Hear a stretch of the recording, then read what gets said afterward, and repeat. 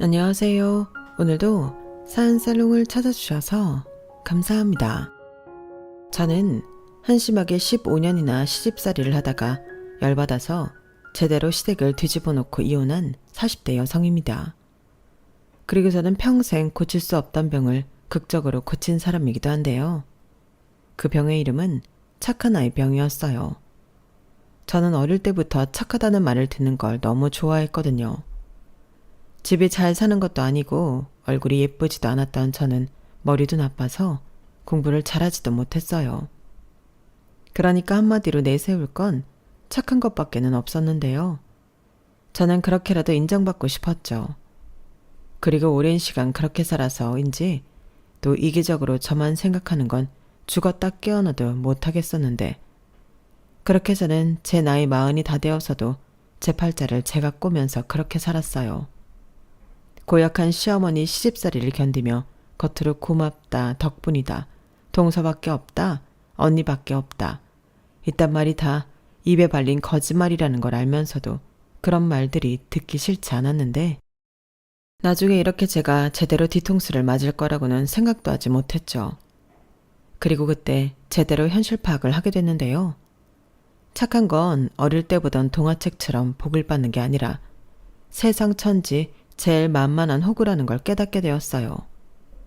저는 그동안 좋은 게 좋은 거라고 싫어도 참고 좋아도 참으며 남을 위해 희생하고 살았는데, 그게 결국은 나 좋은 일이 아니고 남 좋은 일만 하는 헛짓거리더라고요.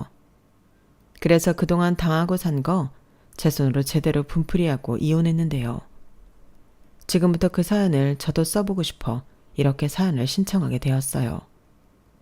비록 재주가 미천해서 글을 멋지게 쓸 수는 없겠지만 끝까지 제 사연을 들어주셨으면 좋겠습니다. 저는 집안 형평상 대학은 가지 못했어요. 그래서 고등학교 졸업 후 바로 취업을 해서 꽤 오랫동안 한 회사를 다녔는데요. 감사하게도 그렇게 들어간 회사가 저에겐 너무 좋은 곳이었어요. 회사 규모는 작은 곳이었지만 더없이 좋은 곳이었거든요. 저는 그곳에서 사무 보조 일을 했는데요. 사장님도 그렇고 모든 직원분들이 가족처럼 잘 지내는 곳이었어요. 그리고 그때 저를 예뻐해 주시던 과장님의 소개로 빌어먹을 남편을 만났는데, 그렇다고 남편을 소개해준 과장님을 원망하진 않습니다. 과장님이 저희 시댁 상황을 다 알지 못하셨을 테니까요. 그리고 어찌됐든 결정은 제가 한 것이었고, 소개받을 당시 남편의 조건은 제가 감히 엄두도 내지 못할 상황이었는데, 아마 과장님은 그런 면만 보시고 저에게 남편을 소개했을 거예요. 남편은 전문대도 아니고 4년제 대학을 졸업했고 대기업은 아니어도 인지도가 꽤 있는 중견기업을 다니고 있었는데, 과장님의 선배가 예뻐하는 후배라고 했거든요. 게다가 집도 저희 집보다는 형편이 좋았는데, 위로 형이 하나 있고 밑으로 여동생, 남동생이 있는 형제 많은 집안의 차남이었죠. 게다가 키도 그렇고 생긴 것도 꽤 괜찮았는데요. 원래 제가 안경 끼고 지적인 남자를 좋아했거든요. 그리고 남편은 말도 그럴싸하게 잘하는 편이어서 제가 반했는데, 남편은 제가 순하고 착해서 좋다고 했었죠. 은영 씨는 요즘 여자들이랑은 다른 것 같아요. 요즘 여자들 좀 자기 멋대로 하는 경향이 있는데 저는 그게 좀 별로거든요. 물론 제가 마초라서 순종적인 여자를 좋아한다 그런 건 아닌데, 사람들한테 함부로 하고 막 휘두르려는 타입은 별로라. 근데 은영 씨는 안 그러는 것 같네요. 딱 좋아요. 이렇게 말하는데 순진해서 저는 그 말이 제 칭찬인 줄 알았어요. 어릴 때부터 착하다, 순하다, 성실하다 이런 말은 자주 들었는데, 호감 있는 남자한테 들으니 그런 말도 꽤 달콤하게 들렸던 것 같아요. 그렇게 3년 조금 안 되게 연애를 했고 저희는 결혼을 했는데요. 결혼을 준비하면서 시어머니 때문에 많이 힘들었어요. 시어머니는 제가 고졸이라는 이유로 결혼을 반대하셨는데, 시아버님이 허락을 해주셔서 결혼을 하게 된 거였거든요. 그리고 저는 결혼을 제가 잘하면 시어머니가 저를 예뻐해 주실 거라고 생각했는데, 네, 제가 멍청한 생각을 했어요. 저 싫다고 하는 시어머니 자리는 냅다 걷어차고 그 결혼을 하지 말았어야 맞았죠. 하지만 저는 제가 언제 이런 남자를 만나 결혼을 하겠나 이런 한심한 생각을 했었고 앞으로는 내 할 탓이라고 생각하며 결혼을 감행했는데요. 시집살이는 뭐 이미 예견된 제 미래였죠. 참고로 저희 시어머니는 성격이 정말 지랄 맞거든요. 오죽하면 그 동네에서 30년 가까이 사셨다고 했는데 커피 한 잔 같이 마실 동네 친구가 없으시더라고요. 그리고 저희 남편도 그랬지만 자식들이 별로 부모를 생각하는 마음이 없었는데 남편이 전에 그랬어요. 나는 어릴 때 별로 우리 엄마가 정을 안 주고 키워서 그런가? 별로 집에 잘해야겠다는 생각이 없어. 아마 그건 나만 그런 게 아닐걸? 다 자업자득이지. 이렇게 말을 했었어요. 그러고 보니 제가 시집을 가서 보니 남편 말처럼 집에 정을 두는 자식은 보이지 않았는데 그나마 유일한 딸인 신우가 상황에 맞춰 자기 필요할 땐 시부모님에게 알랑방귀를 끼는 것 같긴 했어요. 그러니 시부모님은 자식을 넷이나 두고도 제대로 된 효도를 받지 못했는데 그땐 왜 그게 저에겐 기회라고 생각했는지 제가 잘해드리면 특히 시어머니가 저를 좋아할 거라고 쉽게 생각했어요. 하지만 시어머니는 그런 저를 이용만 할 뿐 진심으로 아껴주시고 예뻐해 주신 적이 없었는데 당신 필요할 땐 꼭 저만 부르셨죠. 둘째야, 내가 허리가 아파서 그러는데 네가 퇴근하고 와서 우리 집 화장실 청소 좀 해라. 둘째야, 오늘 내가 깜빡하고 말을 안 했는데 절임배추 오는 날이거든? 네가 와서 김치 좀 담가. 김치 소만 만들어서 무치기만 하면 되니까 금방 하잖아. 이렇게 당신하기 귀찮거나 힘든 일은 저를 시켰는데 저는 15년 동안 한 번도 싫다는 소리를 해본 적이 없었어요. 처음엔 시어머니의 그 말을 믿었고 나중엔 저 양반 또 저러네 하면서 그냥 했는데 습관이라는 게 무서운 거더라고요. 그냥 제가 하는 게 속이 편했어요. 그리고 그 점을 시아버님이 기특해 하시곤 하셨는데 남편도 제 덕에 어깨가 펴진다고 하고 형님도 고맙다며 가끔 화장품 선물도 해주시고 백화점 상품권도 주시고 하는데 싫지 않더라고요. 그리고 결혼하고 3년 만에 아이가 생겼는데요. 그때 처음으로 힘들어서 못한다고 했다가 불벼락을 맞은 적이 있었어요. 뭐? 꼴랑 애 하나 가진 거 가지고 힘들다고 하는 거야? 나는 애 넷을 낳고 키웠어. 어디서 하나 가지고 앓는 소리를 해. 너 참말 말고 와서 내가 시키는 거 다 해놔라. 이렇게 말을 하는데 그때는 좀 서운하긴 했죠. 당신 어머니 진짜 너무하신 거 아니야? 내가 일부러 거짓말하는 것도 아니고 정말 애기 때문에 힘들어서 그러는 건데. 그래, 우리 엄마가 너무했다. 내가 대신 사과할게. 근데 우리 엄마가 편하게 생각하는 사람이 자기밖에 없잖아. 우리 엄마가 성격이 원래 그래. 그건 자기도 알지. 표현하는 방법을 모르지. 우리 엄마 우리 식구 중에 자기 제일 좋아해. 좋아하긴 무슨, 나만 부려먹는데. 내가 다른 날은 그냥 다 참고 이해하려고 노력하는데 오늘은 아니야. 내가 오죽 힘들면 회사까지 쉬었겠냐고. 어머니 진짜 너무하셔. 아유, 우리 착한 마누라. 오늘은 정말 화 많이 났나 보네. 알겠어. 내가 다음에 우리 집에 가면 엄마한테 한 소리 할게. 나 믿지? 첫 아이를 임신했을 때 남편은 그래도 눈 가리고 아웅한다고 저런 말을 하긴 했어요. 그리고 바보처럼 저 말에 홀랑 속아 마음이 풀어지던 저였는데 당연히 남편의 약속은 그때뿐이었어요. 하지만 그렇다고 그걸 걸고 넘어져 싸우고 싶은 마음은 또 없었는데 그렇게 첫째 딸을 낳고 서툰 육아를 하느라 정신이 없었어요. 그리고 11개월 만에 둘째를 임신하게 되었는데 그때부터 너무 힘들었죠. 제가 둘째 출산하기 전까지 회사를 다녔거든요. 그러니 애 낳을 뱃속에 넣고 또 돌도 안 된 딸을 케어해야 했잖아요. 그때 친정엄마가 도와주시지 않았다면 너무 막막한 상황이었죠. 그때 너무 감사하고 또 죄송했던 게 친정엄마가 저희 딸을 돌봐주시느라 하던 일을 그만두셨거든요. 물론 저희 딸 봐주시는 수고비는 드렸지만 애를 본다는 게 돈을 억만금을 받는 게 아닌 이상 편하고 좋은 일은 아니었죠. 하지만 저희 엄마를 손녀를 돌본다는 기쁨에 힘든 것도 마다하지 않으셨는데요. 제가 드렸던 수고비도 결국은 당신이 쓰지 않고 저희 아이 케어하는 데 쓰시고 저희 반찬해 주시고 그렇게 다 쓰셨어요. 그리고 시어머니는 저희 엄마가 제가 힘들어서 도와주시는 걸 뻔히 알면서도 뻑하면 시집 왔으면 출가 외인인데 집에 너무 친정엄마 들락날락하게 하는 거 아니다. 너는 너 편하려고 네 엄마 부르는 거지만 우리 아들은 불편하지. 라며 저더러 친정엄마 도움을 받지 말라고 하셨는데요. 그럼 당신이 해주실 것도 아니면서 하시나 마나한 소리를 하셨어요. 실질적인 방법이나 대안책을 일러주셨다면 모르겠지만 그냥 무조건 하지 말라고만 하시니 그땐 저도 그 말씀을 따를 수 없었죠. 그리고 그때는 남편이 나서서 아이씨, 엄마가 장모님 대신 우리 애 봐줄 거야? 그럴 거 아니면 아무 소리 하지 마. 라고 하니 넘어가 졌는데 저희 시어머니는 추호도 애를 봐줄 생각이 없는 분이셨어요. 오죽하면 당신 자식 넷이 전부 손자 손녀를 낳았음에도 하나에도 봐주지 않으셨는데 그런 양반이 자기 자식 넷은 또 어찌 키웠나 참 의아할 일이었죠. 그리고 저는 둘째 아들을 낳고 어쩔 수 없이 회사를 그만두게 되었는데요. 연년생을 도저히 저 엄마에게 부탁할 수가 없었어요.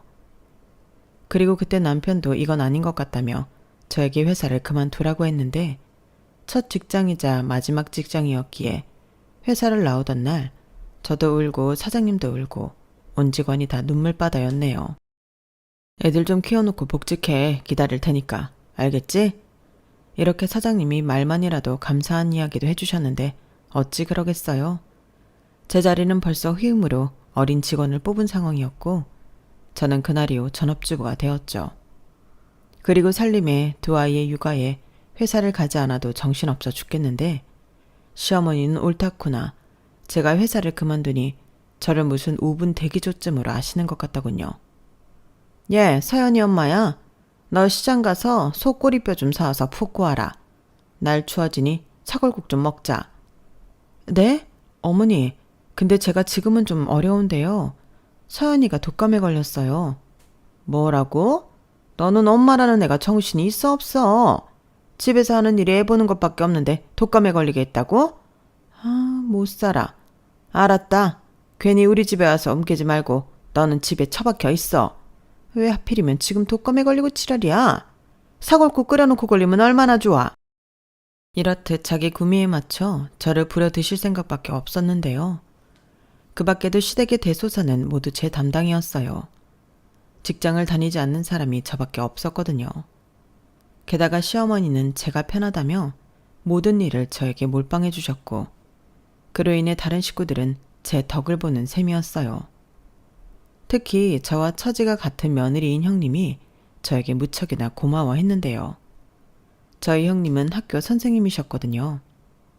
저는 학교 선생님이 그렇게 바쁜 직업이라는 걸 형님을 보고 알았는데요. 글쎄요, 그게 정말로 바쁜 게 맞았는지는 모르겠네요. 아주 공교롭게 시댁에 일이 있을 때면 형님이 바쁘다고 하셨거든요. 그리고 시어머니는 네가 있는데 뭘 다른 사람까지 불러. 정신만 사납지. 그냥 네가 해라. 라고 하셨는데요. 나중엔 정말 다 제가 전부 담당하게 되었어요. 가끔은 내가 시댁 전담 비서이자 하녀인가 싶을 정도로 모든 식구들이 저를 의지하는데 생뚱맞게 남편은 자기가 장남도 아니면서 집에 가면 자기 기가 좀 사는 것 같다고 좋아하더라고요. 그리고 저는 또 그놈의 착한 아이병이 발동해 이왕 하는 거 잘해서 칭찬받고 싶다는 한심한 생각을 했는데요. 틈틈이 반찬도 만들어 갖다 놓고 힘드실 것 같은 집안일은 제가 나서서 해결해 드렸죠. 그리고 두 분 병원 가실 일 있으면 제가 예약부터 운전까지 모든 편의를 봐드렸는데 그럴 때면 시아버님은 고맙다고 하셨지만 시어머니는 당연하게 받아들이셨어요. 그리고 그런 마음 때문인지 시어머니는 날이 가면 갈수록 히스테리가 장난이 아니었는데요. 이게 웃긴 게 하도 그러니까 나중에 그냥 그러려니 넘길 수 있는 지경까지 오르게 되더군요. 오죽하면 다들 저더러 저런 시어머니를 어떻게 감당하냐고 할 정도였는데 그런 소리를 들으면 제가 좀 대단한 것 같은 기분도 들었어요. 지금 생각하면 그렇게라도 사람들한테 또 가족들에게 인정받고 싶은 욕구가 있었던 것 같은데 뭐 결국은 전부 쓰잘데기 없는 짓이었죠. 그리고 그걸 깨닫게 되는 날이 운명처럼 찾아왔는데 그때를 생각하면 저는 가슴에 큰 돌을 얹은 것처럼 마음이 매우 무거워요. 저희 엄마가 저희 첫째 봐주시고 제가 직장을 그만둘 즈음 위암 판정을 받으셨거든요. 그것도 림프절까지 전이가 된 3기 말이었는데 의사 선생님도 그동안 아프지 않았냐고 많이 놀라시더라고요. 하지만 평소 참는 거 하나는 미련하게 잘 하던 친정엄마는 그때그때마다 소화제와 진통제를 먹었다고 얘기했고 그런 잘못된 행동은 병을 키우고 말았어요. 결국 이제 좀 편하게 쉬엄쉬엄 살아볼까 하던 그 시점에서 덜컥 병을 알게 되었는데 그날은 저도 저희 친정 가족들도 날벼락을 맞은 날이었어요. 그리고 서둘러 수술을 하긴 했지만 암세포를 전부 제거하긴 어려웠고 건강을 회복하시면 항암을 진행하기로 했는데 항암으로 가기까지가 참 힘들더군요. 연세 때문인지 수술로 떨어진 면역력이 좀처럼 좋아지지 않았거든요. 게다가 설상가산으로 제거하지 못한 암세포가 엄마의 몸 곳곳에 다시 빠르게 퍼지기 시작했는데 너무 급성이라 병원에서도 마음의 준비를 하라고 하셨죠. 가난해서 고생만 한 우리 엄마. 저는 엄마를 생각하면 너무 마음이 아팠어요. 그건 제 하나뿐인 형제인 오빠도 마찬가지였을 텐데 저희 남매는 아빠가 없었거든요. 제가 3살인가? 불미스러운 일로 하루아침에 고인이 되셨는데 저는 아빠에 대한 기억도 잘 없었죠. 대신 아빠 목까지 열심히 단 엄마의 모습은 늘 짠했는데 그래서 엄마에게 걱정시키지 않는 착한 딸이 되어주고 싶었어요. 오빠도 사내아이 치고는 철이 빨리 들어 사고라는 걸 쳐본 적이 없었거든요. 그런 엄마인데 이제 고작 환갑을 넘긴 나이에 암이라니 저는 엄마 인생이 너무 불쌍했어요. 그래서 기적이 일어나길 기도하며 엄마의 간병을 자처했죠. 그러자 처음에 남편은 이해해 주는 듯 우리 아이들 케어는 자기가 하겠다고 했는데 그게 일주일도 가지 못했어요. 안 하던 걸 하려니 힘들다는 거였죠. 거기에 시어머니까지 간병인을 쓰면 되지 뭐 하러 거기에 쓸데없이 붙어있냐? 너도 참 답답하다 라며 핀잔을 주시는데 이 사람들이 자기 일 아니라고 너무하네 그런 생각이 들더군요. 그리고 오늘 내일 하는 엄마 옆에서 한시도 떨어지고 싶지 않았는데요. 올케 언니가 교대로 병간호를 하자고 했지만 제가 괜찮다고 했어요. 올케 언니도 직장 생활을 하고 무엇보다 저희 엄마가 며느리 고생시키는 걸 누구보다 원치 않으시니 제가 하겠다 자처한 부분도 있었는데 그걸 알고 남편이 불만이 이만저만이 아니었어요. 사람이 왜 그렇게 융통성이 없어? 원래 김병에 효자 없는 거야. 형님네서 교대로 하자고 했다며. 나 참, 나는 그것도 어이가 없네. 원래는 거기서 전담해야 하는 거 아닌가? 형님이 그 집 장남이잖아. 자기는 출가 외인이고. 출가 외인은 뭐 자식 아니야? 그리고 내가 그러고 싶다고 했어. 오빠도 늦게까지 일하고 올케 언니도 직장 다니잖아. 그리고 엄마 전이 속도가 너무 빠르다고 하니까 내가 불안해서 엄마 옆에 계속 있고 싶은 거라고. 아무리 며느리가 잘해도 자식만큼 하겠어? 자기도 우리 엄마 봐서 알잖아. 통통했던 엄마 팔다리 좀 봐. 삐쩍 마른 거 안 보여? 그래서 앞으로도 계속 병원에만 붙어있겠다고? 그럼 나는? 자기 뭐? 내가 짬짬이 집에 가서 먹을 거 다 해놓고 빨래면 청소도 다 하는데 있는 거 꺼내서 먹는 것도 못해? 애들 좀 챙기는 게 뭐가 그렇게 힘들다고. 우리 애들 이제 고학년이잖아. 고학년은 뭐 엄마 손 안 필요해? 나도 힘들어. 애가 둘이잖아. 얼마나 찡찡거리는 줄 알아? 애들이 당신만 찾고 우리 엄마도 당신만 찾고 결국엔 그거였네. 왜? 당신 어머니가 뭐라고 해? 애들은 어리니까 그렇다고 쳐. 근데 어머니는 왜 나만 찾는 건데? 어머니 정말 이럴 때면 너무하신 것 같아. 우리 엄마가 많이 아프잖아. 그런데 어쩜 이러셔? 아 몰라. 하루 이틀이야 이해한다고 하고 넘어가지. 이게 언제 끝날 줄 알고 계속 이러냐고. 들어보니까 오래 투병하는 사람도 많다고 하는데 너무 막막하잖아. 그럼 몇 년이고 장모님 간호를 자기 혼자 다 할 거야? 그래, 내가 다 할 거다. 남편은 다른 사람도 아니고 장모인데 저렇게 골골거리며 투병 생활을 오래 하면 자기랑 자기 집이 불편하다며 입이 대빨 나왔어요.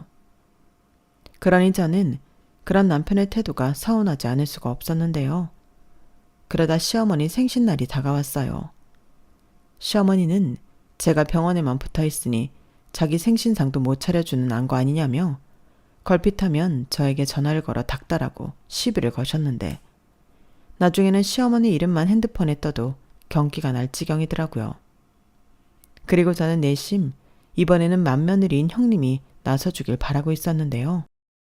기다리고 있으면 안 될 것 같아 제가 먼저 연락을 했죠. 그러자 형님은 자기도 저에게 연락을 할 참이었다며 반갑게 전화를 받으시더군요. 동서 얘기 들었어. 친정엄마 많이 안 좋으시다며?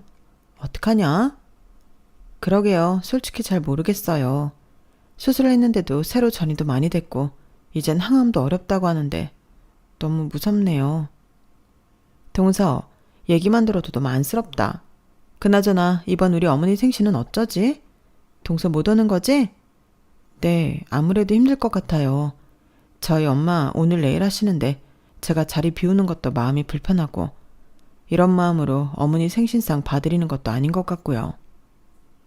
그래, 이번에는 내가 말씀드려서 외식하자고 할게. 나야 동서처럼 음식할 솜씨는 없잖아. 동서는 여기 신경 쓰지 말고 친정엄마 간병 잘해드려. 형님 감사해요. 뭘, 나도 이럴 때 마음에 빚도 갖고 그러는 거지. 걱정하지 마. 저는 형님의 전화를 받고 처음으로 마음이 편했어요. 늘 남편을 포함한 시댁 쪽 사람들과 통화를 하면 서운하고 화가 난 날이 태반이었는데 형님은 그러지 않았거든요. 역시 며느리 마음은 며느리가 안다고 이럴 때면 손이는 손이구나. 형님에게 앞으로도 잘해드려야지 이런 생각이 들었는데 바로 그 다음날 날벼락이 떨어졌죠. 동서 어떡하지? 어머님이 외식은 싫대. 생일인데 미역국은 먹어야 하지 않냐고 노발대발 하시는데 어쩌겠어. 그 성미를.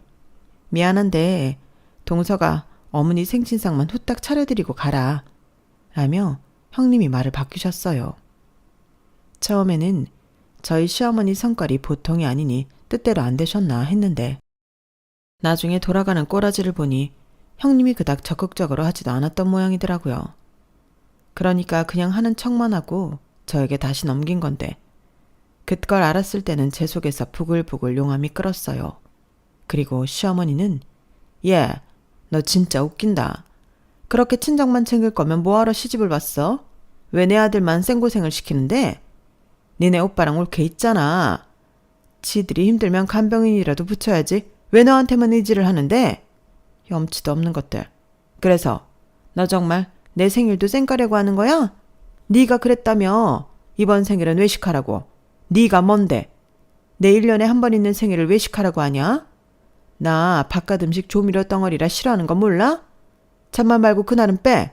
무슨 일이 있어도 빼. 알겠어?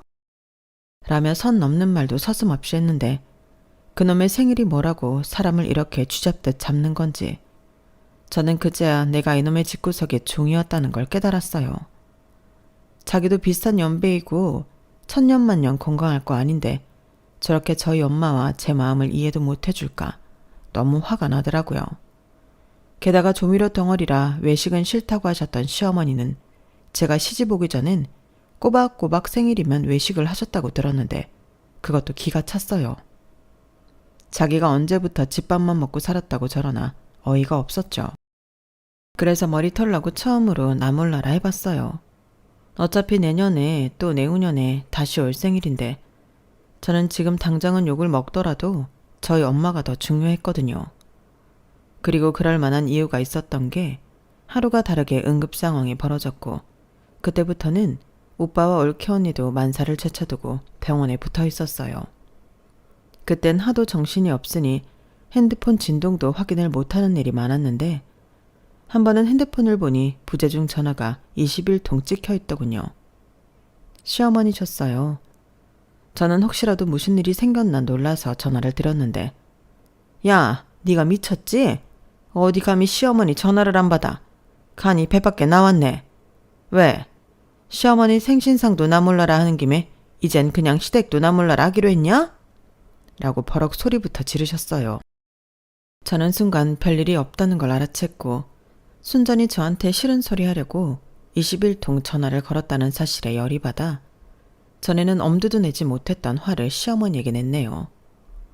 어머니, 정말 너무하세요. 저희 엄마 진짜 오늘 내일 하세요. 어지간하면 어머니 생신날 가서 상 차려드리죠. 지금까지 제가 해드린 거 잊으셨어요? 제가 어디 그럴 사람이냐고요. 그 정도는 이해해 주셔야 하는 거 아니냐고요. 저는 감정이 올라와서 나중에는 소리까지 지르며 말했어요. 그러자 시어머니는 제가 평소처럼 금방 꼬랑지를 내리지 않자 당황하신 듯 말씀이 없어지셨어요. 그리고는 이렇게 며느리한테 밀리기 싫다는 듯 저보다 더 큰 소리로 고함을 치듯 말씀하셨는데요. 그 말이 저한테는 두고두고 상처가 되었어요. 그래서 네 엄마 지금 당장 죽는다니? 너 임종 보느라 내 생일에 안 오는 거냐고. 그럼 내가 이해해 줄게. 이렇게 말했어요. 저는 그 말에 잠시 정신을 잃은 것처럼 충격을 받았는데 이 옆에는 우리 엄마가 죽는다고 해도 자기랑 상관없다는 듯 평소처럼 나를 부려먹을 악마라는 생각만 들었죠. 그때 정신이 번쩍하고 들었어요. 좋은 게 좋은 거라고 착한 며느리로 살려 했더니 이 사람들은 하나같이 나를 쉽게 이용할 수 있는 호구로 알고 있었는데 손이 부들부들 떨리더군요. 사람이 극도로 화가 나니까 정말로 부들부들 하더라고요. 아니, 사람이 할 수 있는 말이 있고 하면 안 되는 말이 있는데 그 나이 먹도록 그런 것도 모른다는 게 말이나 되나요? 게다가 사돈이 위독하다고 하면 제가 간다고 해도 오지 말라고 하는 게 맞는 거잖아요. 그런데 자기 생일이 무슨 국경일이라고 저렇게까지 사람을 들들 볶는지 저는 더 해주고 싶은 마음이 없었어요. 정말로 호의가 계속되니 권리로 아시더라고요. 저는 시어머니가 뭐라고 떠들던 전화를 끊어버렸어요. 그리고 시어머니 전화는 받지 않을 생각에 번호도 차단했는데요. 혼자 화장실에서 복받쳐 오르는 감정을 누르지 못해 한참을 울었죠. 그런데 이번에는 신우가 전화를 해서는 자기 엄마한테 왜 함부로 하냐고 따지기 시작했는데 평소 얼마나 자기 엄마를 챙기는 딸이라고 저러나 저 집 식구들 오만정이 떨어졌어요. 하도 예의를 찾길래 너희 가족들은 나한테 얼마나 예의가 있었냐고 쏘아 붙여줬죠. 그러자 신우는 언니, 갑자기 왜 딴 사람처럼 이래요? 병원에 붙어있는다고 하더니 언니도 머리가 어떻게 된 거 아니에요? 라며 선을 넘는데 참고로 신우는 저보다 3살이 어리거든요. 그래서 성격상 쌍욕은 못하고 너 같으면 니네 엄마 생사 기로에 있는데 시어머니가 저지랄하면 좋은 마음으로 가서 미역국 끓일 거냐고 따져줬네요. 그러자 신우는 당황한 듯 말을 하지 못하고 얼버무렸고 저는 이딴 전화 또 걸면 네 오빠 이혼당하는 꼴 보게 될 거라고 큰소리치고 전화를 끊었는데 그 일로 그 집에서도 제가 정신이 나갔다고 말이 나오는 모양이었어요. 그리고 그 소리가 저희 남편 귀에 들어가지 않을 턱이 없었는데 남편이 오랜만에 병원에 와서는 저한테 그러더군요. 너도 참 사람이 그렇다. 내내 잘하다가 왜 이래? 사람이 아무리 상황이 그래도 자기는 며느리야. 며느리가 시댁 뒷전에 두고 친정부터 챙기는 게 이치에 맞아? 며느리 노릇도 안 해. 나랑 애들도 나 몰라라 내팽개쳐. 이게 말이 되는 소리냐고. 오늘은 우리 엄마랑 내 동생한테도 적반하장했다며? 이딴 소리를 당당하게 했어요. 그리고 그렇게 당당한 인간이 저희 오빠를 보자 움찔하며 말을 끊었는데 그 꼬라지를 보니 제가 결혼을 정말 잘못했다는 걸 뼈저리게 알게 되었어요. 그러자 좀 전까지 팔팔 끓던 제 속이 놀랍도록 차분해졌는데요.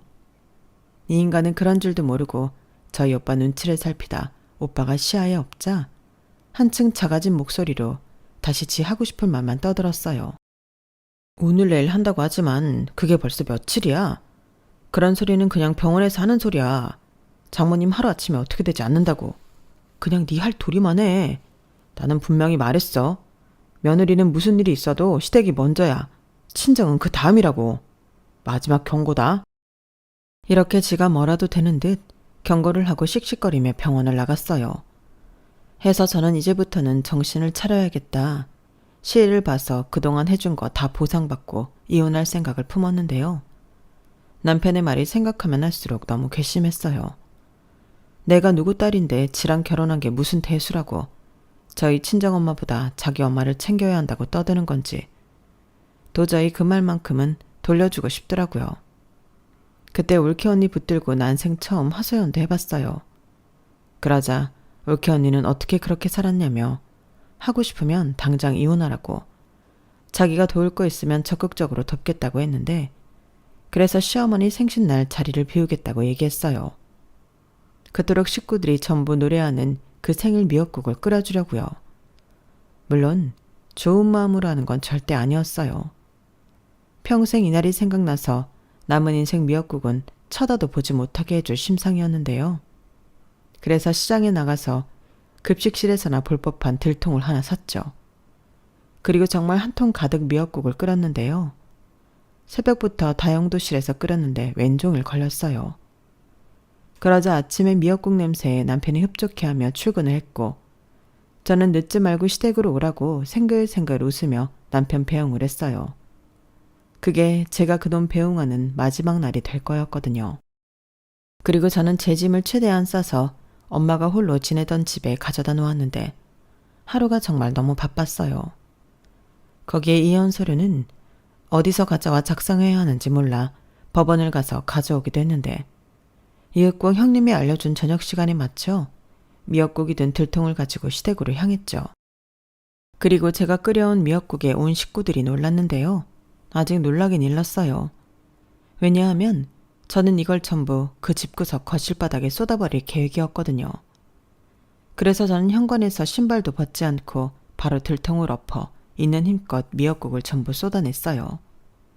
그러자 여기저기서 비명이 터져나왔는데 그 꼬라지를 보니 처음으로 통쾌함을 느꼈어요.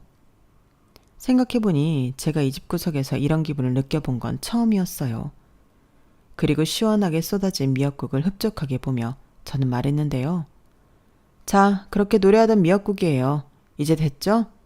야, 너 미쳤어? 이게 지금 감히. 자기야, 이게 뭐 하는 짓이야? 이거 다 어떡하려고 그래? 어떡하긴, 그걸 왜 나한테 물어? 동서, 왜 이래? 아무리 마음이 안 좋아도 그렇지. 오늘 어머니 생신인데. 생신이 뭐 그렇게 대수해요? 저희 엄마는 지금 의식도 없으세요. 그런데 이 집구석 핏줄도 이렇게 많은데 왜 저만 이 집에서 일을 해야 하냐고요. 정말 너무하다는 생각은 아무도 안 하는 거죠? 그래서 정신 차렸어요. 제가 뭐하러 이 집구석 동노릇을 자처해요. 저 이제 그만할 거예요. 웃겨. 그래서 올케 언니 이혼할 생각으로 마지막에 사고 한번 시원하게 친 거예요? 우리 다 엿먹이려고요? 그래, 나는 뭐 그러면 안 되냐? 앞으로 네 엄마 네가 챙겨. 아, 아니지. 너도 출가 외인이니까 여기서 얼씬거리지도 말고 네 시댁이나 챙겨. 다른 날은 코빼기도 안 보이면서 뭐 얻어먹을 거 있으면 귀신같이 나타나지. 정말 내 딸이 너를 닮을까 봐 무섭다. 야, 너 지금 내 딸한테 뭐라고 하는 거야? 왜 엄한데 화풀이를 해? 그러게요. 왜 엄한데 제가 화풀이를 할까요? 이게 다 따지고 보면 어머니 때문인데. 생신 축하드리고요. 앞으로 몇 번 더 그 잘난 생일 챙겨 드실지 모르겠지만 만수무강하세요.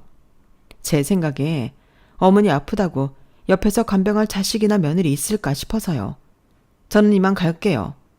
그리고 당신 여기 이혼 서류 있으니까 작성해서 연락해.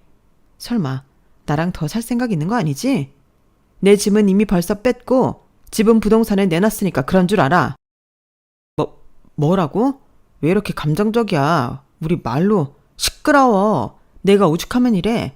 사람이 좋게 좋게 참고 잘해주니까 나를 아주 만만한 호구로 알았지. 원래 나 같은 사람이 화나면 더 무섭다는 거 몰라? 이참에 제대로 알게 해줄게. 저는 다 비워진 들통도 발로 뻥 걷어차고 그렇게 시댁을 빠져나왔어요. 그리고 모처럼 숨을 크게 쉬고 병원으로 향했는데 그때 오빠한테 연락이 왔죠. 하필이면 제가 옆에 없을 때 엄마의 임종이 다가왔던 거였어요. 저는 눈물을 흘리며 최대한 빨리 병원으로 향했어요. 그러자 올케 언니가 복도까지 나와서 빨리 오라고 손짓했고 저희 엄마는 딸을 보고 갈 마음으로 버티신 건지 제가 오자마자 아껴두었던 마지막 숨을 거두셨는데 이게 무슨 기과한 인연인지 시어머니의 생신이 저희 엄마의 기일이 되었죠. 이로 인해 저 역시 시어머니 생신을 평생 잊지 못하게 되었는데 참 징글징글한 인연이 아닐 수 없어요. 그리고 제가 미처 이혼을 하지 못하고 친정엄마 장례를 치르게 되었는데 이 뻔뻔한 남편과 시댁 식구들이 조문을 왔더라고요. 저는 물론이고 저희 오빠도 그닥 반갑지 않은 손님이었는데 다른 조문객들이 있어서 당장 나가라고는 하지 못했어요. 그런데 쭈뼛쭈뼛 시어머니가 빈소 안에서 울고 있는 저에게 다가왔고 저는 그제서야 미안하다고 사과를 하려고 그러나 했는데 웬걸. 시어머니는 저에게 속삭이듯 이렇게 말씀하셨어요.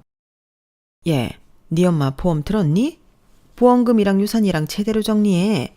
네 오빠한테 다 뺏기지 말고. 딸이라도 자식이잖아. 네가 먼저 챙길 수 있으면 챙겨. 네가 더 많이 간병했잖아. 와, 이렇게 말씀하시는데 미역국으로는 정신을 못 차린 것 같더라고요. 그래서 순간 너무 열이 뻗쳐 저희 엄마 영정사진 앞에 있던 향로를 시어머니에게 뿌려버렸어요. 그러자 시어머니는 천둥이라도 치는 듯 비명인지 고함인지 큰 소리를 지르셨고 저는 다른 사람들도 다 들으라고 목소리를 높여 외쳤는데요. 우리 엄마 보험금이 그렇게 궁금하세요? 며느리는 출가 외인, 시댁이 먼저라고 하더니 왜 이런 날은 딸도 자식이니 오빠보다 먼저 챙겨야 하냐고. 들었던 말 그대로 돌려줬는데 시어머니는 아무 말도 하지 못하고 저만 죽일 듯 노려봤어요. 그리고 시댁 식구들이 우르르 몰려와 조문하러 온 사람한테 이럴 수 있냐고 저를 비난했는데 그때 저희 오빠가 이렇게 말했어요. 내가 정말 최대한 참으려고 했는데 이 인간들 정말 못쓰겠네. 순순히 나갈 겁니까? 아니면 경찰에 신고해서 끌려나갈 겁니까? 사람들이 양심이 있어야지. 착한 내 동생 그렇게 부려먹었으면 이런 날만큼은 예의라는 걸 좀 지켜야 하지 않나? 아, 예의를 모르는 집구석이니까 이렇게 병원까지 찾아와서 누워있는 장모한테 인사도 안 하고 싸가지 없게 할 말만 하고 토꼈겠지. 왜? 우리 엄마 죽었으니 이제 보험금이랑 유산이라도 챙겨야 할 것 같아서 여기까지 기어왔어? 여기 이 사람들 좀 보세요. 얼마나 뻔뻔합니까? 다들 오셔서 어떻게 생겼나 구경 좀 하세요.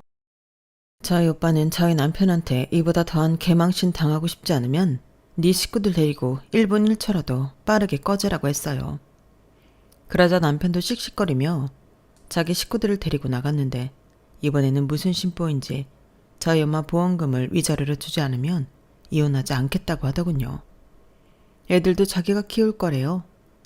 그래서 하는 수 없이 저는 소송을 할 수밖에 없었어요. 저희 엄마 유산 문제도 해결해야 하는데 이혼 소송까지 하려니 정말 미치겠더군요. 하지만 저는 한시도 그 집 며느리로 있고 싶지 않았기에 애들을 위해서라도 이혼 소송을 진행했고 저희는 장장 1년이라는 시간을 들여 법정 다툼을 벌여야만 했죠. 하지만 의외로 소송은 별것이 없었어요. 워낙에 제가 유리한 입장이었기 때문에 남편이 하는 건 족족 기각이 되고 인정이 되지 않았죠. 양육권 문제도 그랬는데 남편은 제가 직업이 없으니 아이들을 못 준다고 버텼는데 판사님이 그러셨어요. 평소 어떤 아빠였냐고 물으셨죠. 거기에 아이들은 누굴 더 잘 따르냐고 유착관계에 대해 물으셨는데 저는 판사님께 호소했어요. 당장이라도 직업을 구해 아이들을 부양하겠다고요. 그리고 소송을 진행하는 과정에서 제 이야기를 들으셨는지 제가 일하던 회사 사장님이 연락을 하셨는데 저에게 회사로 돌아오라고 하셨어요. 그러시면서 이런 일이 있으면 진작에 얘기를 하지 그랬냐며 안타까워 하셨는데 이렇게 저는 아이들 친권과 양육권도 생기게 되었죠. 거꾸로 저는 법정 최대치의 위자료와 양육비를 남편에게 청구했는데 재산분할도 알뜰하게 다 챙겼어요. 그러자 이럴 수는 없다고 자기가 너무 불리하지 않냐고 항소를 하는 남편 때문에 또 애를 먹었는데요. 참 끝까지 징글맞더군요. 또 한편으로는 보험금 욕심에 시어머니가 저를 회유하기도 했는데 제가 미쳤나요? 그 집을 다시 들어가게요. 저는 싫다고 바로 거절했어요. 그런데 이혼하는 과정에서 남편에게 저 모르는 빚이 있다는 걸 알게 되었고 호기심에 코인으로 고생을 하는 모양이었는데요. 그 사실을 알았을 때는 속으로 캐제를 불렀네요. 저랑은 상관없는 빚이잖아요. 그리고 저는 그것과 상관없이 받을 수 있는 건 모두 받아냈는데 처음엔 먹고 죽을 애 없다고 버티던 남편 놈 급여에 압류를 하겠다고 하자 바로 입금해 주더군요. 뭐 같이 살던 아파트 팔고 남은 돈도 있었으니 그렇게 저렇게 저한테 다 뱉은 것 같았어요. 결국 빈털터리가 된 남편은 자기 본가로 들어가게 되었는데 시어머니는 네가 그렇게 쫓겨나면 어쩌냐고 난리도 아니었다고 합니다. 그 말을 전해 들었을 때는 15년 묵은 채증이 내려가는 것 같았는데 저는 앞으로는 절대 착하게 살진 않으려고요. 저희 아이들에게도 나를 지키지 못하고 착하게 살지 말라고 가르치고 있는데 엄마가 겪어보니 알겠다고 너희들은 현명하게 살라고 얘기를 해주고 있어요. 비록 아직은 어려서 제가 하는 말을 다 이해하지는 못하겠지만 더 늦기 전에 이런 사실을 알게 된 것을 다행으로 여기고 이제부터는 저도 저를 위해 살아볼 생각입니다. 하늘에 계신 저희 엄마도 그걸 바라실 것 같거든요. 그리고 저는 현재 아이들과 친정 엄마 집에서 지내고 있는데요. 오빠가 이혼한 저를 많이 배려해줬어요. 저는 친정집만 주면 나머지는 오빠가 가져가도 된다고 했는데 오빠가 그런 게 어딨냐며 마지막까지 간병하려고 애썼는데 보험금은 전부 저에게 가져가라고 하더군요. 그러면서 오빠는 엄마가 가지고 있던 통장만 가져가겠다고 했는데 저희 엄마가 돈이 있어봤자 얼마나 있었겠어요. 그런데 오빠는 이 돈은 평생 쓸 생각이 없다며 이 정도로 충분하다고 했는데요. 아마도 오빠는 오빠대로 엄마를 기억하기 위해 욕심을 내려놓은 듯 보이더군요. 그리고 그 덕에 저는 이혼하고도 걱정이 없게 되었는데 앞으로 오빠에게 실망시켜주지 않고 아이들한테도 본보기가 되는 현명하고 멋진 동생이자 엄마가 되고 싶은 바람입니다. 요즘은 다시 일도 하고 하기 싫은 남의 집 일을 하지 않아 너무 행복해요. 미혼하고 오나 아이들 아빠이기 때문에 양육비 받는 조건으로 아이들 통해서 남편 소식을 가끔 접하고 있는데 그 집은 서로 자기 부모 챙기는 걸 미루며 전쟁 같은 시간을 보내고 있는 것 같더라고요. 그러게 제가 있어서 지켜줬던 평화라는 걸 이번 일로 알게 되었겠죠. 그리고 남편은 자기 빚을 갚기 위해 자기 부모 주머니도 턴 모양인데 아주 고소하고 쌤통이에요. 그래서 남편이 어떡하든 저랑 다시 재결합하려고 애들을 구워 삼는 모양 같은데 저희 딸이 그런 소리 하면 아빠 얼굴도 보지 않겠다고 했답니다. 어쩌면 저보다는 저희 딸이 똑 부러지고 야무진 것 같은데 누구처럼 자식 농사 망치는 일은 없을 것 같네요. 이상 제 사연은 여기까지였어요. 제 사연 어떻게 들으셨나요? 착한 척 하려다 집 팔자 지가 꼬았다고 너무 나무라지 마시고 애들이랑 씩씩하게 잘 살라고 따뜻한 응원 부탁드립니다. 저 이제 정말 정신 차렸어요. 그럼 지금까지 제 사연 들어주셔서 감사드리고요. 여러분들 인생에도 늘 좋은 일만 가득하길 바라며 이만 물러가겠습니다. 안녕히 계세요. 여러분, 사연 댓글에 응원과 현명한 조언 부탁드려요. 좋아요와 구독은 저에게 큰 힘이 됩니다. 오늘도 좋은 일 가득하세요.